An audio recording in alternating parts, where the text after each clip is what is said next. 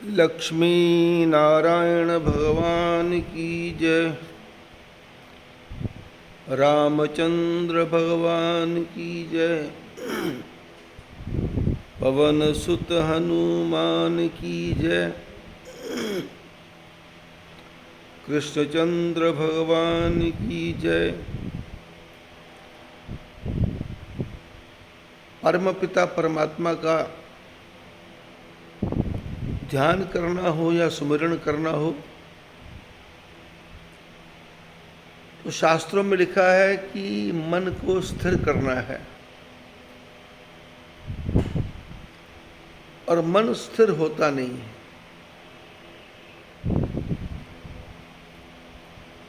मन की अगाध गति है।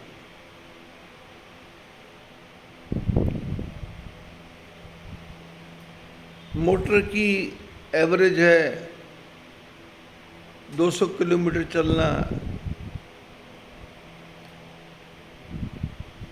हवाई जहाज 500 किलोमीटर एक घंटे में चलता है।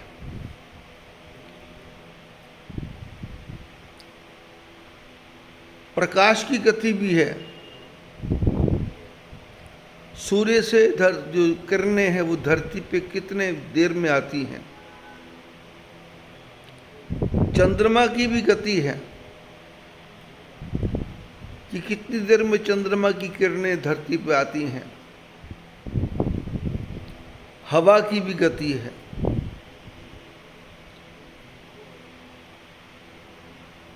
हर वस्तु की गति को मापा जा सकता है, लेकिन मन की गति का तो कुछ पता ही नहीं है।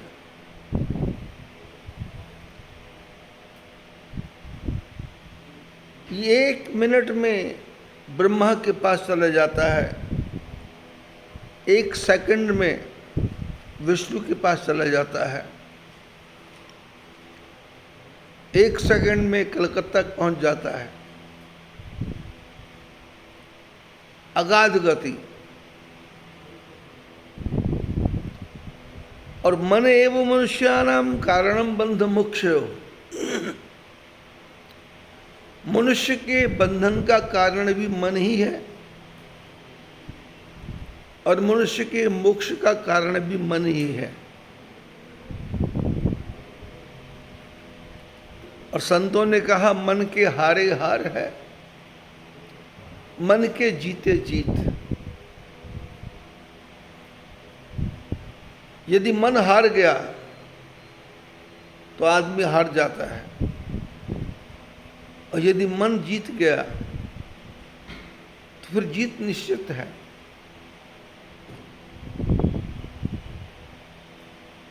इस मन को ही कंट्रोल करने के लिए सारे साधन हैं।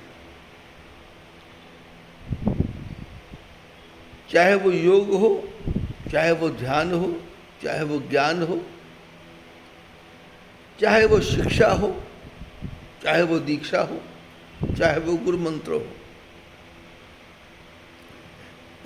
मन को टिकाना है।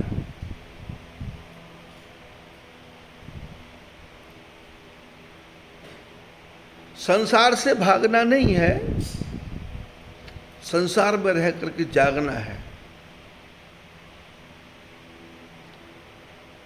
जब हम जाग जाएंगे तब हमको दूसरे के बारे में सोचने की फुर्सत नहीं है। कौन क्या कर रहा है, कैसे रह रहा है, क्यों कर रहा है, मेरे साथ कैसा व्यवहार किया, इन सब बातों की से ऊपर पहुंच जाएगा। जब मन इन सब बातों से ऊपर पहुंच जाएगा तो उसको बोलते हैं शांति। जब मन संसार की बातों में लगा रहेगा तो फिर शांति हृदय में नहीं आएगी।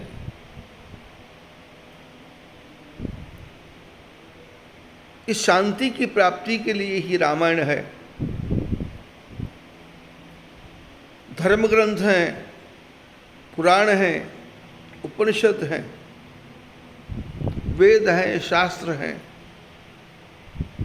27 स्मृतियां हैं, अपार ग्रंथों की श्रृंखला है। वो ग्रंथ पढ़ करके सिर्फ पढ़ना नहीं है, उसके एक एक शब्द पे आचरण करना है।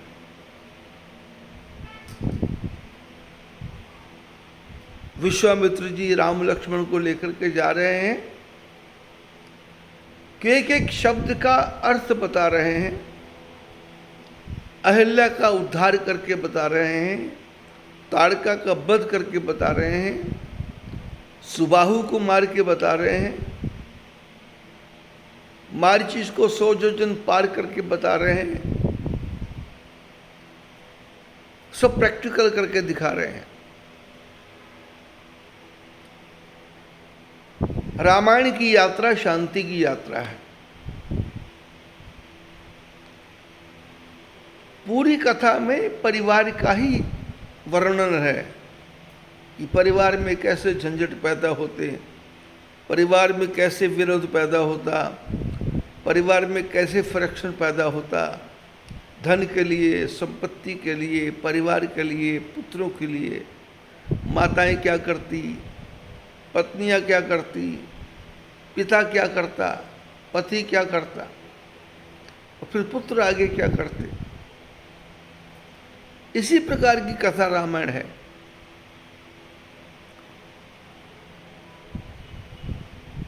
चार पुत्र दशरथ के पैदा हुए, जबकि शास्त्र कहता है दशरथ के पुत्र ही नहीं था।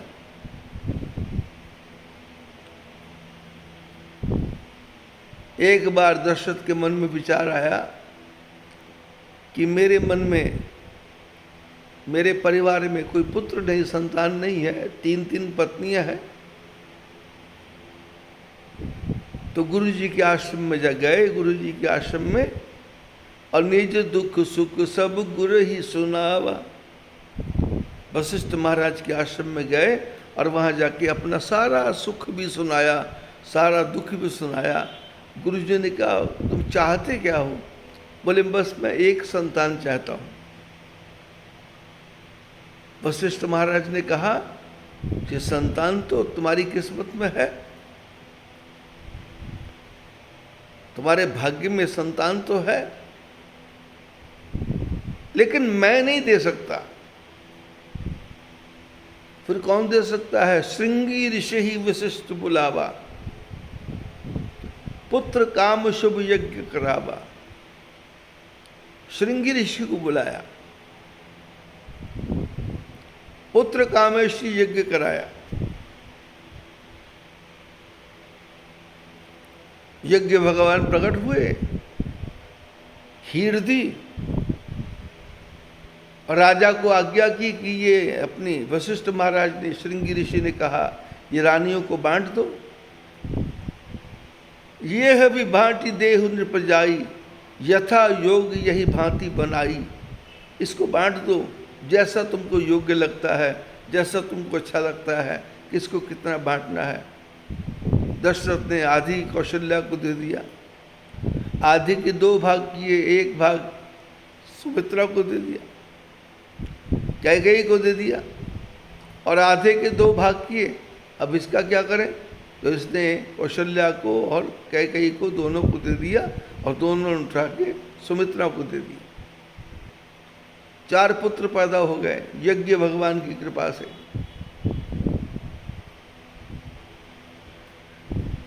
और विश्वामित्र महामुनि ज्ञानी, बसहि विपिन शुभ आश्रम जानी।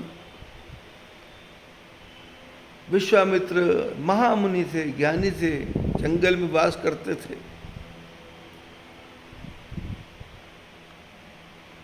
और वहां रह करके पूजा पाठ करते थे। राक्षस लोग उनके पूजा में विघ्न डालते थे, यज्ञ विध्वंस करते थे। तो विश्वामित्र जी ने विचार किया कि क्यों न मैं जा करके, पता लगा विश्वामित्र जी को कि भगवान ही प्रकट हो गए हैं, तो बोले मैं जाके भगवान को ले आऊं। राजा दशरथ के पास विश्वामित्र पहुंचे और कहा, विश्वामित्र ने दशरथ ने बहुत सेवा की, आओ बैठो, स्वागत किया, सत्कार किया। क्या चाहिए, कैसे पधारे आप मेरे घर में? बोले या मैं याचन आयो नृपतो ही। बोले मैं तुम्हारे से मांगने आया हूं। क्या मांगने आया हूं? अनुज समेत देहु रघुनाथा, निश्चर बध में होव सनाथा। लक्ष्मण के साथ में मेरे को राम को दे दो, मैं राक्षसों को वध करके सनात हो जाऊंगा। दशरथ ने कहा, सब सुत मोहि प्राण की नाई, राम देत नहीं बने गोसाई। बोले मेरे को चारों बेटे प्राणों के समान प्यारे हैं, पर मैं राम को तो नहीं दे सकता। आप धेनु कहो, गाय कहो, राज्य कहो, देह प्राण ते प्रिय कछु नाही। आप कहो तो मैं अपने प्राणों को दे सकता हूं, लेकिन राम देत नहीं बने गुसाई, मैं राम को नहीं दे सकता। विश्वामित्र और वशिष्ठ महाराज दोनों एक ही समय के ऋषि हैं। विश्वामित्र शस्त्रों को धारण करते थे और वशिष्ठ महाराज घोर तपस्या करते थे। जब भी विश्वामित्र आते थे वशिष्ठ महाराज के पास, तो वशिष्ठ महाराज बोलते थे, आओ राज ऋषि, आपको प्रणाम है। विश्वामित्र वशिष्ठ को बोलते थे ब्रह्म ऋषि। लेकिन विश्वामित्र के मन में यह था कि वशिष्ठ महाराज मेरे को ब्रह्म ऋषि बोले।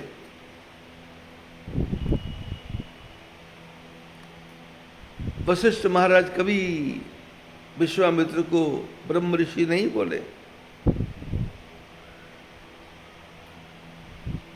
आपस में ठन गई, झगड़ा शुरू हो गया, लड़ाई शुरू हो गई और इतना युद्ध हुआ कि वशिष्ठ महाराज के 100 पुत्रों को विश्वामित्र ने मार दिया,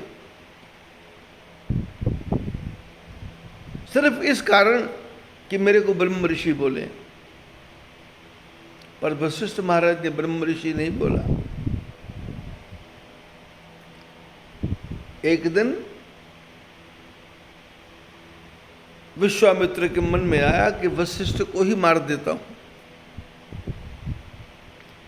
यदि वशिष्ठ मर जाएंगे तो जितने भी बड़े बड़े ऋषि हैं मेरे को ब्रह्म ऋषि बोलेंगे।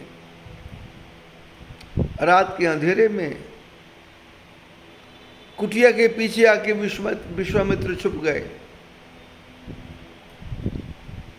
और उधर आकाश में चंद्रमा चमक रहा था, चांद चमक रहा था। चांद की रोशनी धरती पर पड़ रही थी। वशिष्ठ महाराज और उनकी धर्मपत्नी दोनों कुटिया के बाहर बैठे हुए थे और अचानक चंद्रमा की तरफ ध्यान गया और चांद की तरफ ध्यान जाते ही वशिष्ठ जी की धर्मपत्नी ने प्रश्न किया कि महाराज देखो, ये चंद्रमा में कैसी रोशनी है, कैसा प्रकाश है और शीतल प्रकाश है। ये किसी न किसी तपस्या का तो फल होगा। शांत वातावरण है, अनाज को रस मिल रहा है, चांद रस बरसा रहा है, आम के पेड़ों पर रस बरस रहा है। संसार के जितने भी पेड़ हैं, जितने भी अनाज है, उसको रस चंद्रमा ही देता है। ओस की बूंदें बन के बरसता है, चारों तरफ शांति फैलाता है। वशिष्ठ महाराज ने कहा, ये जो शांति है, ये जो प्रकाश है, ये जो रस है, ये चंद्रमा का रस नहीं है, ये रस विश्वामित्र का है। विश्वामित्र की तपस्या इतनी है कि उसकी तपस्या से ये चंद्रमा में प्रकाश आ रहा है, चंद्रमा में चांदनी आ रही है, चंद्रमा में रस आ रहा है, चंद्रमा में प्रेम आ रहा है, चंद्रमा जीव सारे जीवों को शांति प्रदान कर रहा है।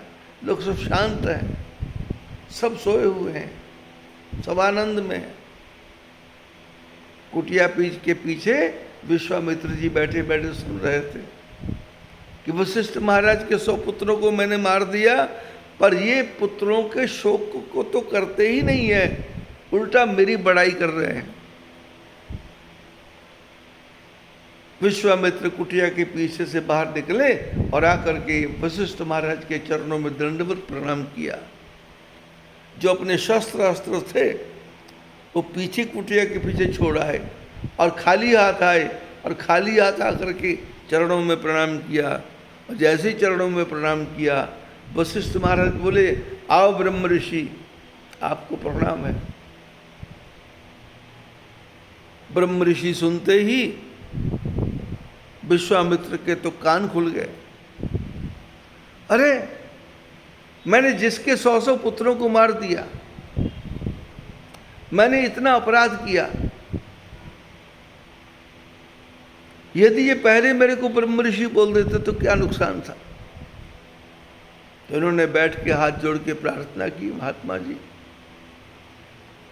मैं आपके पास जब भी आता था आप मेरे को राज ऋषि बोलते थे, मेरे को क्रोध आता था, मैं आपके पुत्र का वध कर देता था।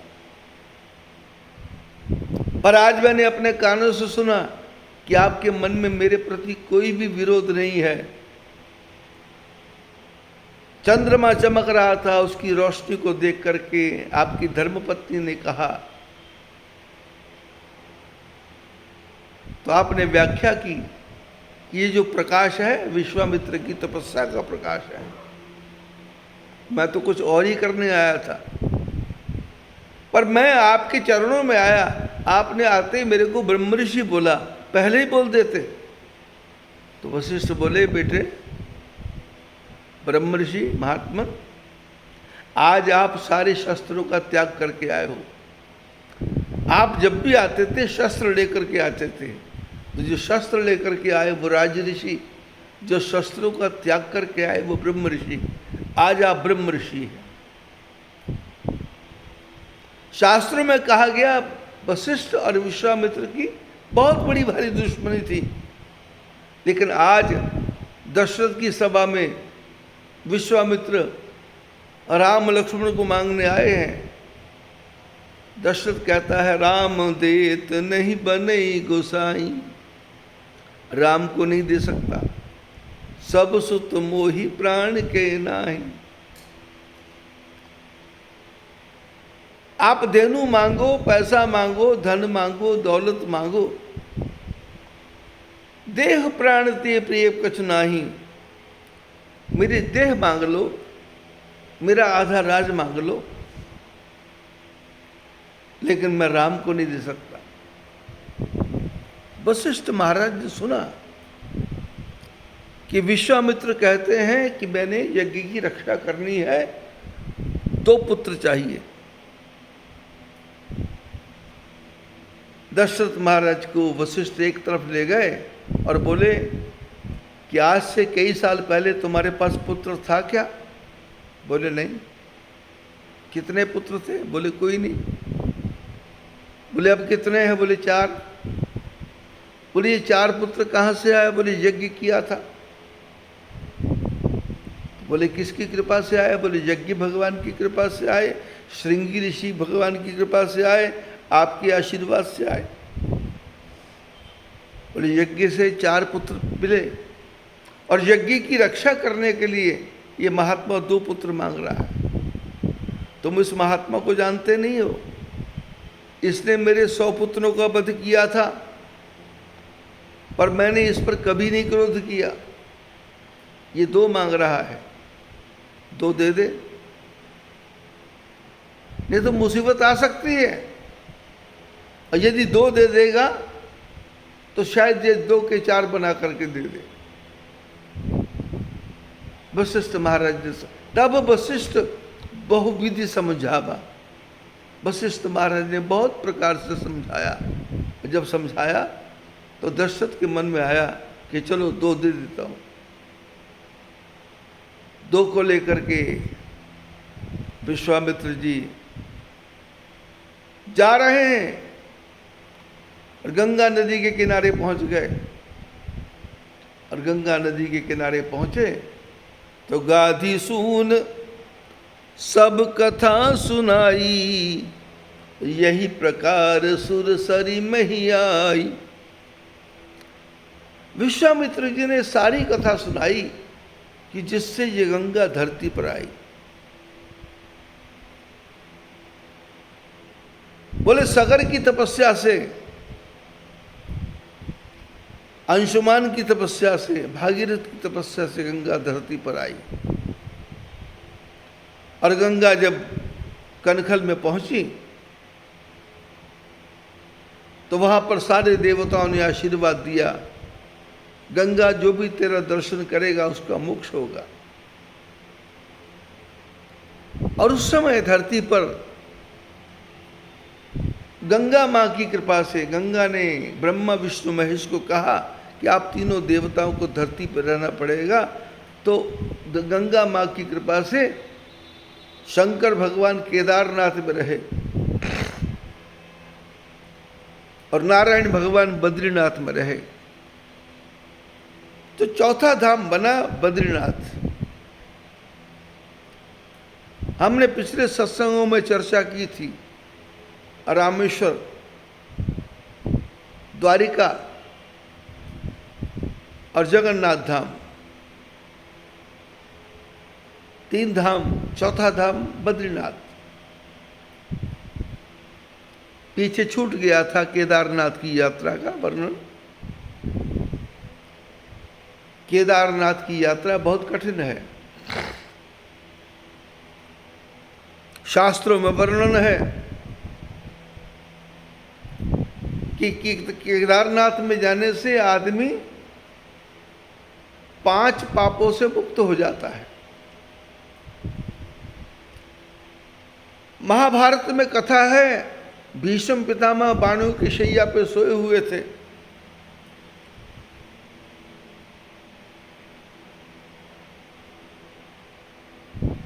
पांचों पांडव रोज जाते थे।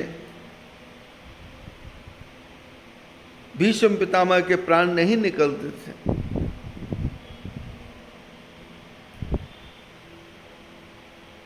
महाभारत में बड़ी विस्तार से कथा है। सारा दिन पांडव जो शरीर से खून निकलता था उसको पोंछते थे, पंखा करते थे, घाव को सुखाते थे। प्राण नहीं निकल रहे हैं, क्यों? बोले इच्छा मृत्यु है। भीष्म पितामह मरना चाहते हैं पर घड़ी ठीक नहीं आ रही, समय ठीक नहीं आ रहा। परिवार में कोई कोई आदमी ऐसा होता है बिल्कुल उसका कोमा में चला गया, प्राण नहीं निकल रहे। आदमी को ध्यान तो है, देखता तो है, पर प्राण नहीं निकलते। लोग आकर के मिलते हैं, लोग पूछते हैं पहचानते हो? बोले पहचानता हूं। पड़ोसी पूछते हैं कुछ हुआ क्या? बोले कुछ नहीं हुआ। दिन बीत जाते हैं, समय बीत जाता है, घड़ी बीत जाती है, पर प्राण निकलते नहीं। क्योंकि आत्मा सुंदर घड़ी की पहचान करती है। शुभ घड़ी कौन सी आएगी, सुंदर घड़ी कौन सी आएगी।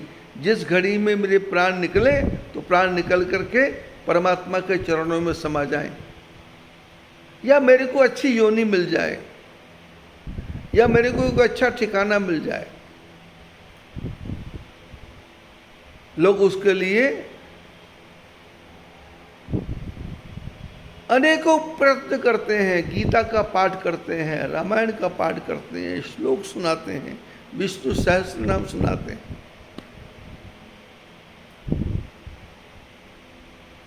और वो गजग्राह का स्तोत्र सुनाते हैं, गजेंद्र मोक्ष। ब्राह्मण लोग कहते हैं गजेंद्र मोक्ष का पाठ करो तो इसके प्राण निकल जाएंगे, पर फिर भी प्राण नहीं निकलते। गजेंद्र मोक्ष का पाठ करते हैं कि भगवान ने गजेंद्र की रक्षा की, ग्राह को मारा और उसके बाद में गज को मारा। पहले ग्राह को मारा, गज और ग्राह लड़े जल भीतर, जल में चक्र चलायो, जब जब भीड़ पड़ी भक्तों पर नंगे पांव आयो। गज और ग्राह के ऊपर मुसीबत पड़ी तो आकर के पहले ग्राह को मारा, पहले ग्राह को मोक्ष दिया। लोगों ने कहा ग्राह ने तो गज को पकड़ा था, पुकारा तो गज ने, तो मोक्ष पहले गज का होना चाहिए था, ग्राह को क्यों हो गया? बोले गज के चरणों को पकड़ा, जिसने भगवान का नाम लिया उसके चरणों को ग्राह ने पकड़ा था, तो ग्राह का भगवान ने पहले मोक्ष किया। बोले मेरे भक्तों के चरणों को पकड़ने वाले का पहला मोक्ष, और जिसने याद किया उसका बाद में मोक्ष। गज और ग्राह लड़े जल भीतर, जल में चक्र चलायो, जब जब भीड़ पड़ी भक्तों पर नंगे पांव आए। भगवान नंगे पांव दौड़ के आता है।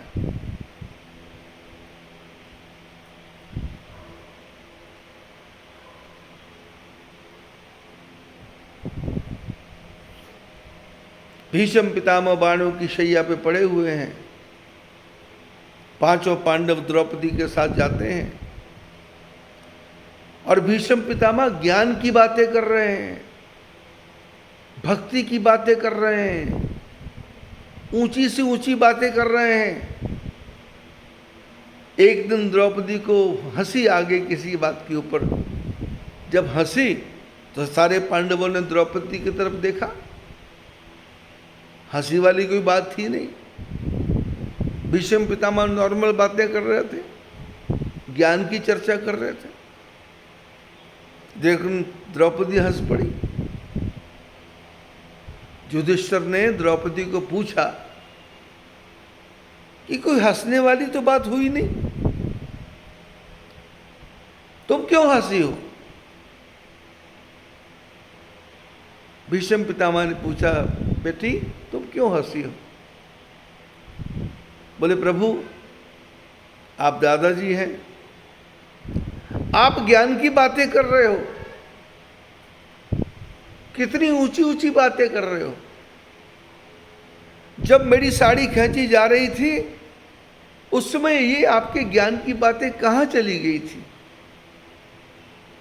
आज बाणों के शैया पे पड़े हो, बड़ी बड़ी ज्ञान की बातें कर रहे हो, इसलिए मेरे को हंसी आ गई कि आदमी कैसे बदलता है, आदमी कैसे पलटता है, आदमी कैसे घूमता है, आदमी कैसे अपनी बात से फिसलता है। भीष्म पितामह ने कहा द्रौपदी इसमें मेरा कसूर नहीं है, इसमें मेरी कोई भी कमी नहीं है। जिस समय तुम्हारी साड़ी उतारी जा रही थी उस समय मैं दुर्योधन का नमक खा रहा था। दुर्योधन जो भोजन देता था वो खाता था, उसका नमक मेरे अंदर था तो मेरे को बोलने नहीं देता था। तो जो दुर्योधन करता था मैं उसकी हाँ में हाँ मिलाता था, लेकिन आज मेरे शरीर में से दुर्योधन का सारा नमक खून से निकल गया है। आज मेरी बुद्धि पवित्र हो गई है, मेरी बुद्धि पवित्र हो गई, इसलिए मेरी बुद्धि से पवित्र पवित्र शब्द निकलते हैं। भगवान कृष्ण खड़े थे, भीष्म पितामह बोले प्रभु मेरी एक बेटी है, मैं चाहता हूं उसकी शादी आपके साथ हो जाए। पांचों पांडव खड़े खड़े देखते देखते हैरान हो गए कि भीष्म पितामह की बेटी कहां से आ गई, इनका तो विवाह ही नहीं हुआ। भगवान कृष्ण कुछ नहीं बोले, बस भीष्म पितामह की तरफ देखते रहे। भीष्म पितामह ने कहा, मेरी एक पुत्री है, और स्वयं ही बोले, उसको आप स्वीकार कर लो, उसको आप अपनी दासी बना लो। भगवान कृष्ण बोले, आपकी पुत्री का नाम क्या है? बोले, मेरी पुत्री का नाम है बुद्धि। मेरा दिमाग, ये मेरी बुद्धि, मेरी पुत्री है। इस बुद्धि को मैं आपके चरणों में समर्पित करना चाहता हूं। इस बुद्धि को आप ले लो और मेरा मोक्ष कर दो। भगवान कृष्ण बोले, आपका मोक्ष हो जाएगा, मैंने आपकी बुद्धि को स्वीकार कर लिया, मैंने उससे विवाह कर लिया, अब आप मोक्ष की तरफ चलो। जब पांडव सेवा कर रहे थे, आकर के रोज पंखा कर रहे हैं, खून जो बह गया उसको साफ कर रहे हैं, रात को पर्दा लगा करके चले जाते हैं जिससे कोई जानवर आके शरीर को खा न जाए। चौकीदारों की व्यवस्था कर रखी है, शरीर सुरक्षित रहना चाहिए।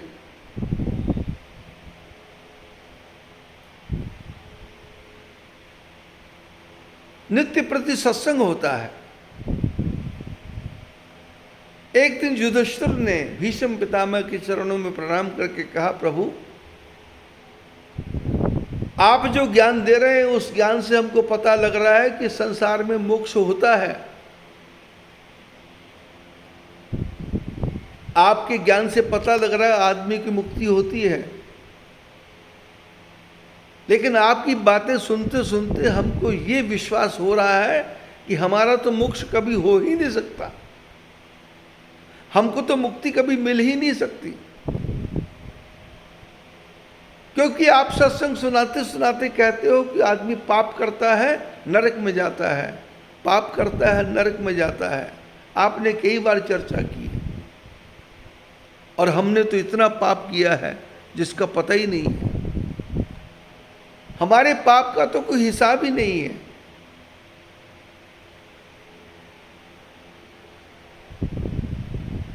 बोले, आपने बताया गुरु की हत्या करने से नरक मिलता है, तो हमने तो गुरु हत्या की है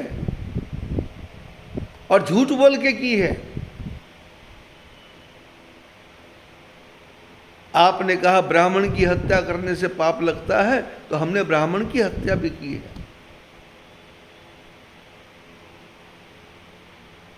हमने अपने कुल वालों की रक्षा की, ब्राह्मण की हत्या की, गुरु की हत्या की, आचार्य की हत्या की, और अपने बूढ़े लोगों की हत्या की। हमारे ऊपर 5 पाप हैं,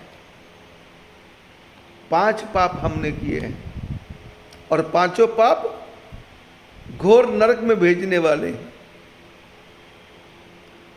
आप सत्संग में सुनाते हो नरक में जाएगा आदमी। हमारे लिए कौन सा नरक बना है दादाजी, आप हमें बताइए।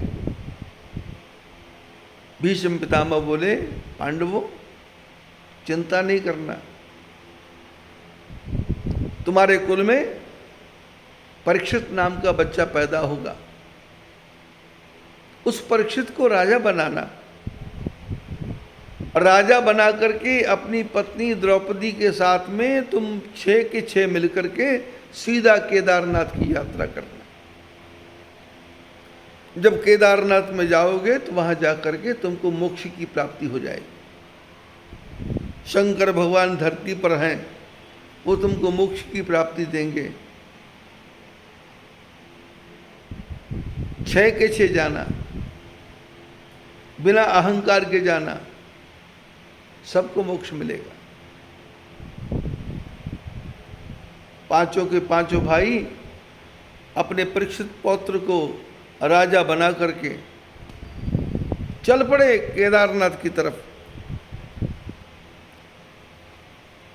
घोड़े, हाथी, पालकियां, ऊंट, उन सब पे स्वर्ण मुद्राएं रख ली। यहाँ यहाँ जाते हैं, वहाँ दान करते हैं, पुण्य करते हैं, मंदिरों का निर्माण करते हैं। पांडवों ने केदारनाथ में मंदिर बनाया, बद्रीनाथ में मंदिर बनाया। पंच केदार हैं, पंच प्रयाग हैं, पंच बद्री हैं। बद्रीनाथ की यात्रा करेंगे तो रास्ते में 5 प्रयाग हैं और 5 प्रकार के बद्रीनाथ हैं और 5 प्रकार के केदारनाथ। आदि बद्री है, सूक्ष्म बद्री है,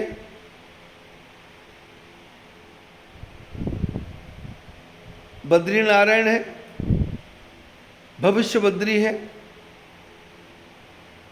और साक्षी बद्री है। ये 5 प्रकार की बद्री हैं। तुंगनाथ है, रुद्रनाथ है, मद महेश्वर है, कल्पेश्वर है और केदारनाथ है। 5 केदार हैं और 5 प्रयाग हैं। देवप्रयाग, सोनप्रयाग, रुद्रप्रयाग, कर्णप्रयाग और विष्णुप्रयाग। इस प्रकार से 5 प्रयाग हैं, 5 बद्री हैं, 5 केदार हैं।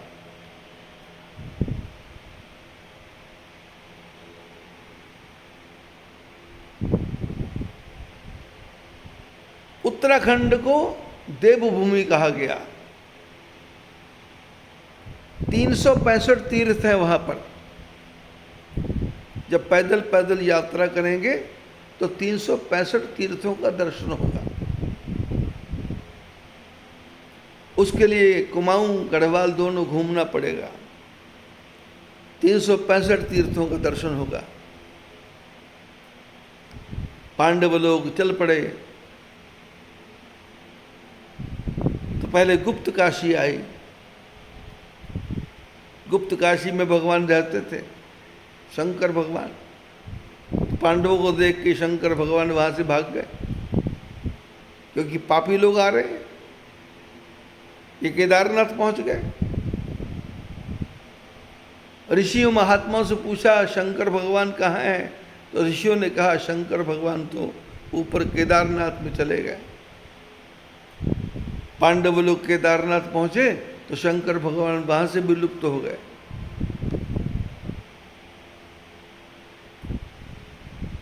शंकर भगवान इनको दर्शन नहीं देते। गुरु हत्या है, आचार्य हत्या है, ब्राह्मण हत्या है, कुल हत्या है, गोत्र हत्या है, 5 हत्याएं। शंकर भगवान विलुप्त हो जाते हैं।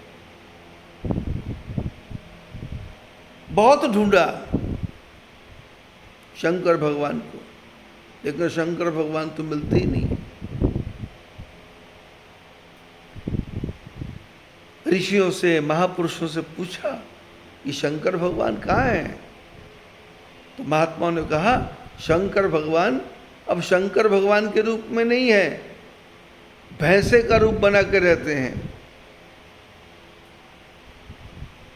शाम के समय भैंसे चरनी आती हैं, उनके बीच में आते हैं, घूम करके साथ ही चले जाते हैं। उनको पहचानना बहुत मुश्किल है। 5 भाई बैठे विचार करते हैं, केदारनाथ में आए, अब शंकर भगवान को कैसे ढूंढें, कैसे पता करें। तो भीमसेन ने कहा मेरे पास साधन है। क्या साधन है? बोले मैं बैठता हूं, अपने शरीर को बड़ा कर लेता हूं और 2 पर्वतों के बीच में अपनी टांगे चौड़ी करके बिछा दूंगा। टांगे चौड़ी करके बिछाऊंगा, जो भैंसें घर को जाएंगी, जो असली भैंसें हैं वो तो पैर के नीचे से निकल जाएंगी, जो नकली भैंसा है वो पैर के नीचे से नहीं निकलेगा। भीमसेन ने वैसे ही किया। पांडव दूर खड़े हो गए। संध्या के समय सारी भैंसें धीरे धीरे करके निकल गई, लेकिन एक भैंसा तो घूम घूम के वापस आ रहा, घूम घूम के वापस आ रहा, घूम घूम के वापस आ रहा। तो भीमसेन ने देखा यही भैंसा है, तो उन्होंने अपनी टांगे खींची और भैंसा भागा, और भाग करके उसने पत्थर पे सिर मारा, और सिर मार करके पूरा ही अंदर घुस गया। भीमसेन ने पीछे से पूंछ पकड़ ली। अब पूंछ पकड़े तो छोड़े नहीं, भैंसा पीछे आए नहीं।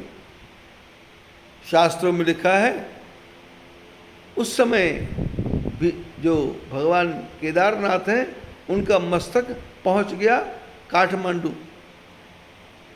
वहां पर उसका मस्तक पहुंचा, जिसको बोलते हैं पशुपतिनाथ। पीठ पीछे रह गई।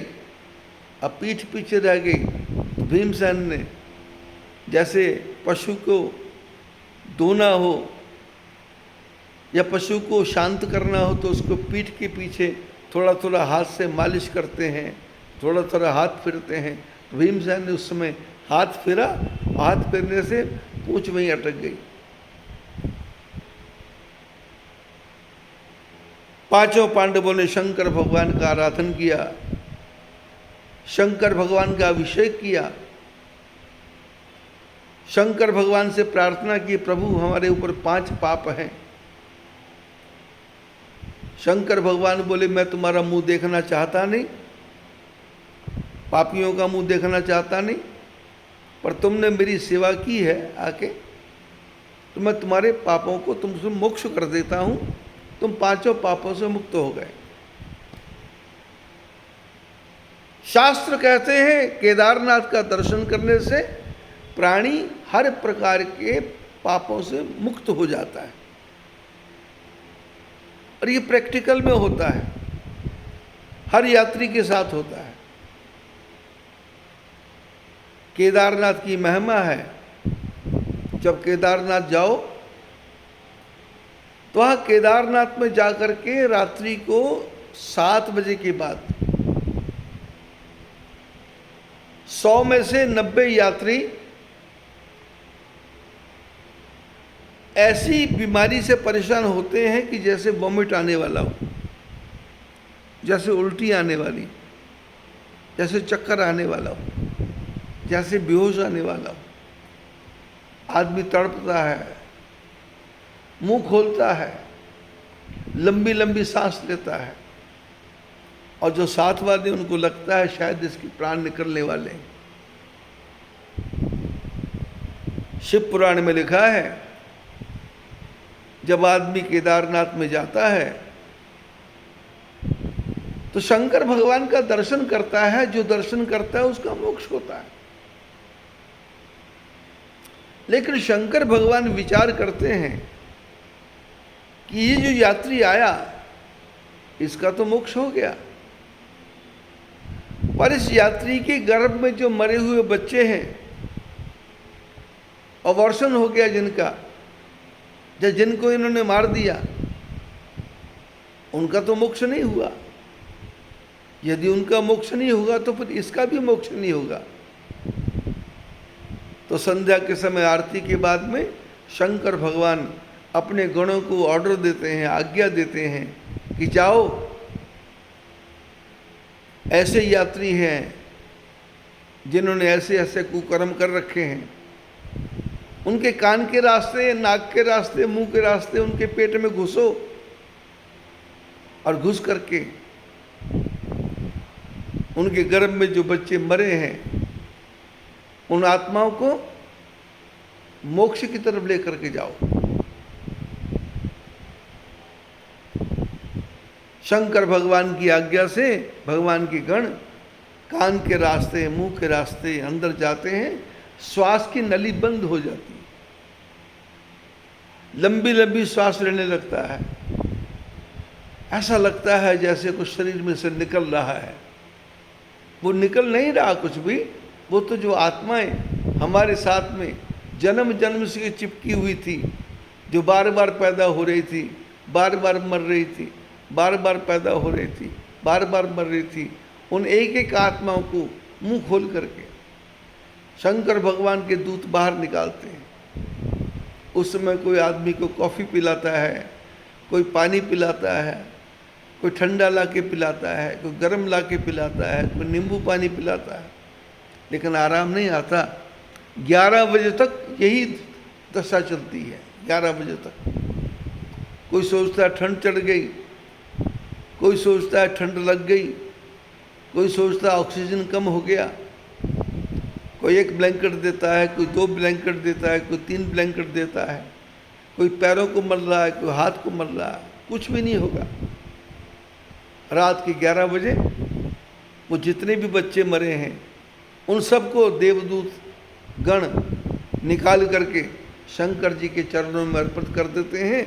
बच्चों का भी मोक्ष हो जाता है और जिसने यात्रा की उसका भी मोक्ष हो जाता है।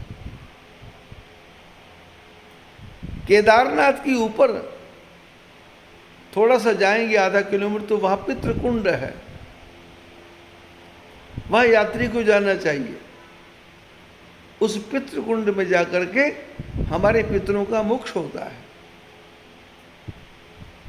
और केदारनाथ की यात्रा इतनी विचित्र है कि जो केदारनाथ की दर्शन करने जाता है 14 किलोमीटर की चढ़ाई है।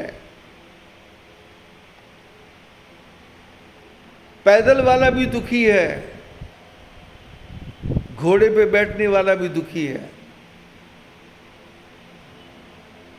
और जो टोकरी में बैठ के जाते हैं वो भी दुखी हैं, और जो पालकी में जाते हैं वो तो महादुखी हैं।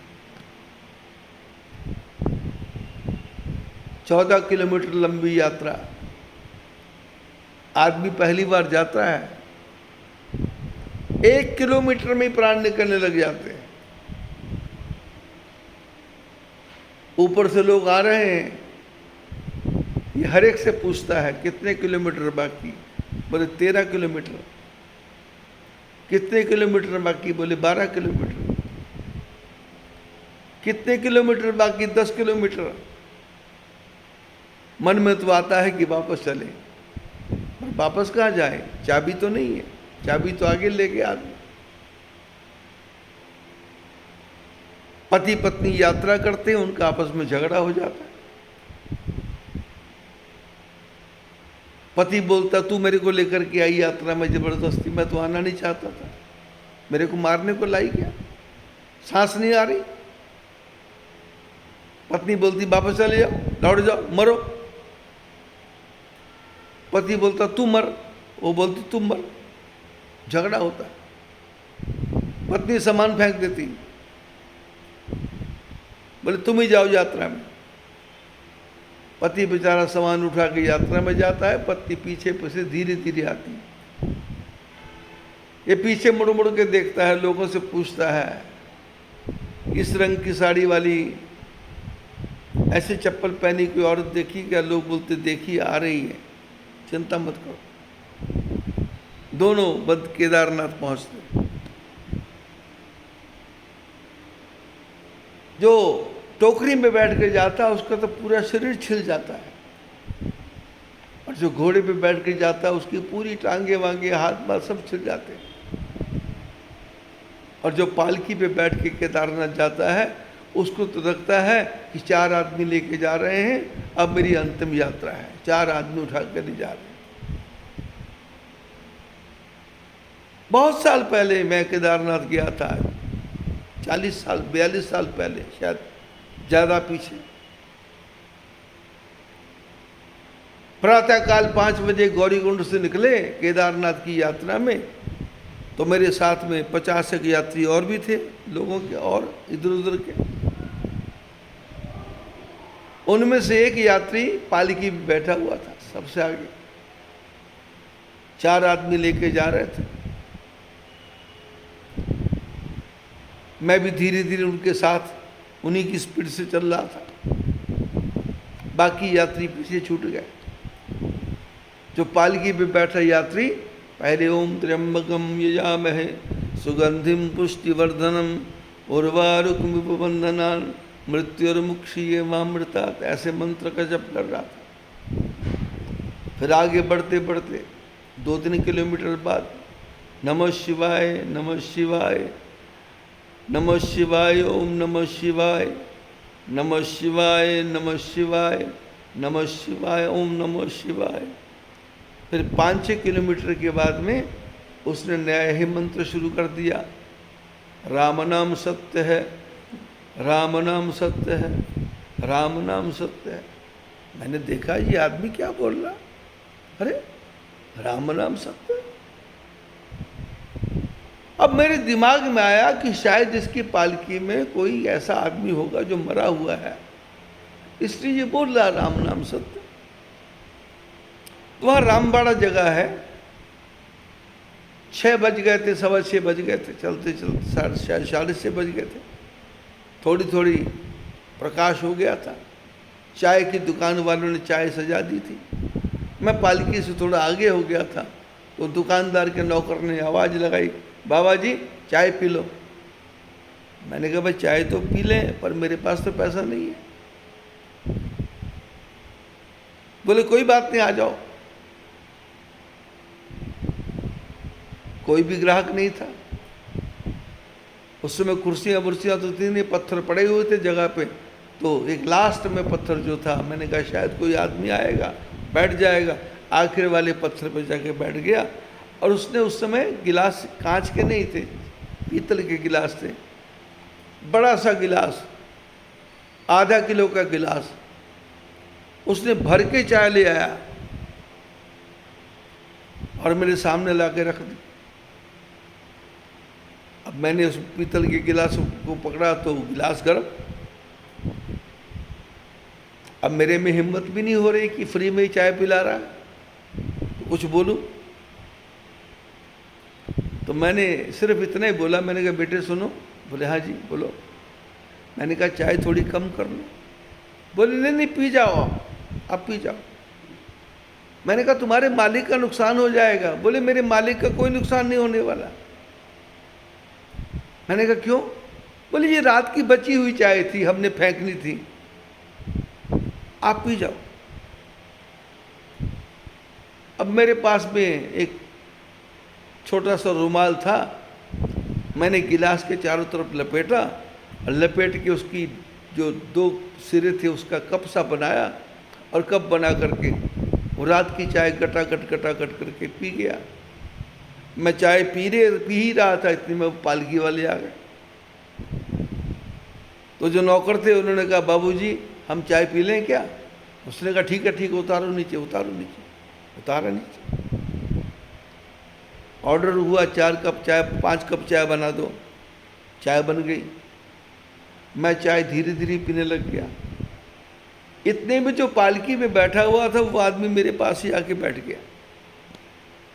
अब पास में बैठा तो मैंने फॉर्मेलिटी के रूप में पूछा कहाँ से आए हो,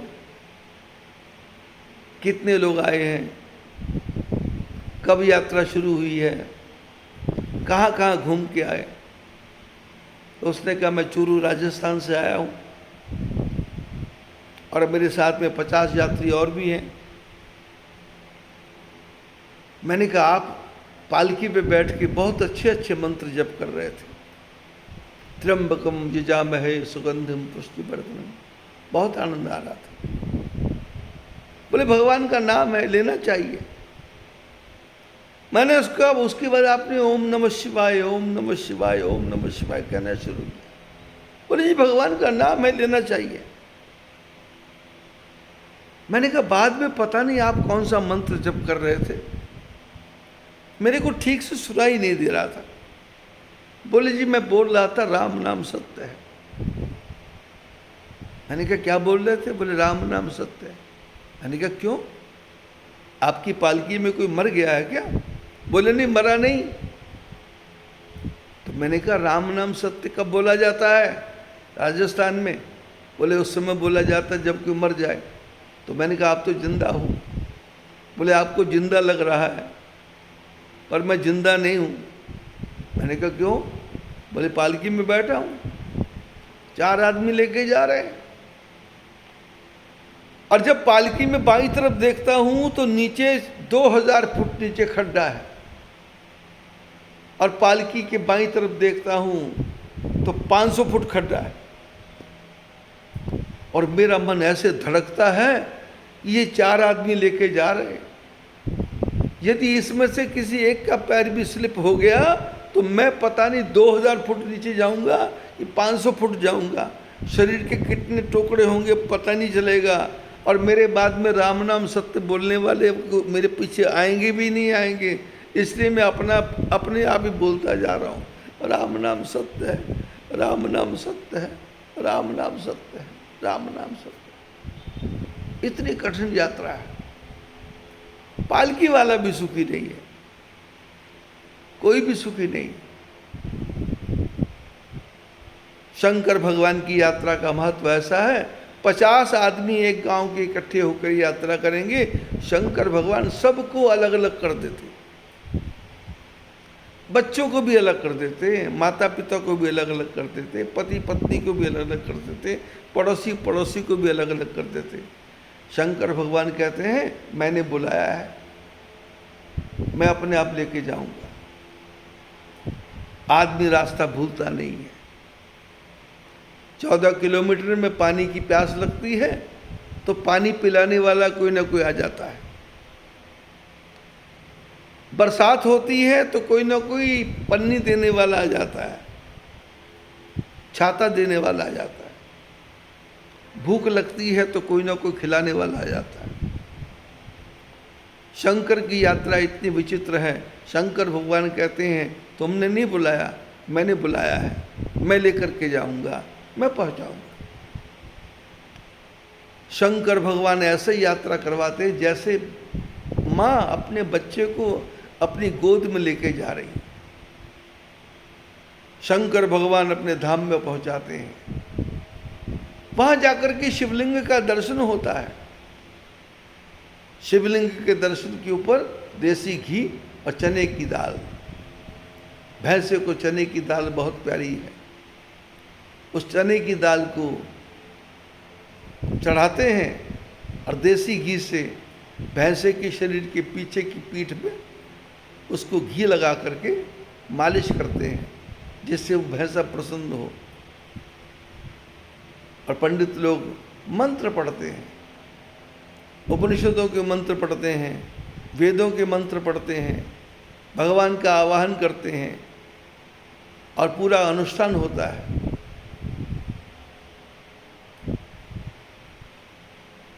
रुद्र का मंत्र पढ़ते हैं, अति रुद्री रुद्री करते हैं। जैसा जैसा यजमान हो वैसा वैसा पाठ होता है। कुछ ब्राह्मण तो अंदर बैठ के पाठ करते हैं, कुछ ब्राह्मण बाहर यजमान को लेके पाठ करते हैं। बाहर पाठ करें तो भी वही फल है, अंदर पाठ करें तो भी वही फल है। शंकर भगवान सारे पापों से मुक्ति प्रदान करते हैं। शंकर भगवान कहते हैं तू मेरे द्वार पर आया, तेरा भी मोक्ष और तेरे शरीर से उत्पन्न जितने भी जीव थे उन सब का मोक्ष। शंकर भगवान सबको मोक्ष प्रदान करते हैं। शंकर भगवान के साथ में पार्वती है, वो पार्वती सबका कल्याण करती है। पार्वती आशीर्वाद देती है, धन हो, संपदा हो, यश हो, मान हो, समृद्धि हो, हर वस्तु प्राप्त हो। लेकिन यात्रा अहंकार के बिना करनी पड़ेगी, लोभ के बिना करनी पड़ेगी, मोह के बिना करनी पड़ेगी। सारी वस्तुओं का त्याग करके यात्रा करनी पड़ेगी। आपके साथ में ले जाए हुए वस्त्र आपके काम नहीं आएंगे, वो गौरी कुंड में छोड़ने पड़ेंगे या किसी खच्चर के ऊपर लादने पड़ेंगे। रास्ते में तो आपको अकेले चलना है। रास्ते में कभी बरसात होगी, कभी हवा चलेगी, कभी आंधी चलेगी, कभी सर्दी लगेगी, कभी ऐसा होगा जुकाम हो गया, कभी ऐसा होगा बुखार हो गया, कभी ऐसा होगा अभी मरने वाला हूँ मैं, कभी ऐसा होगा पैर ही फिसल जाएगा, कभी ऐसा होगा गिर ही जाएगा। पर शंकर भगवान गिरते गिरते भी बचाते हैं, पढ़ते पढ़ते भी बचाते हैं। कुछ भी नहीं है, फिर भी सब कुछ देते हैं। और आदमी धीरे धीरे चलता चलता शंकर भगवान की यात्रा करते समय जल्दी नहीं करना, भगदड़ नहीं मचाना, भागना नहीं है, जाग करके यात्रा करनी है। मैं शंकर जी के साथ जा रहा हूँ और शंकर भगवान के चरणों में जा करके दंडवत प्रणाम करना है और वहाँ जाके बोलना है, लक्ष्मी नारायण भगवान की जय।